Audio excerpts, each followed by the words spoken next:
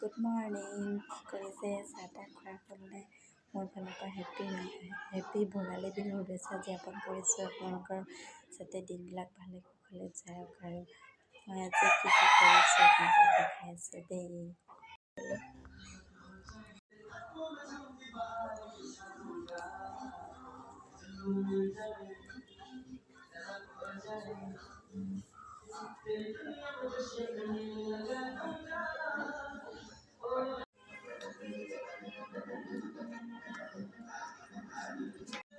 Finally মোৰ পূজা কৰা হৈ গ'ল। আমাৰ আশীৰ্বাদ ল'লোঁ আৰু বিহু আমাৰ বেটাটো ৰাতিপুৱা গা পা ধুই পূজা চূজা কৰিলে আৰু এতিয়া কি খাইছে জানো এইটো কি খাইছা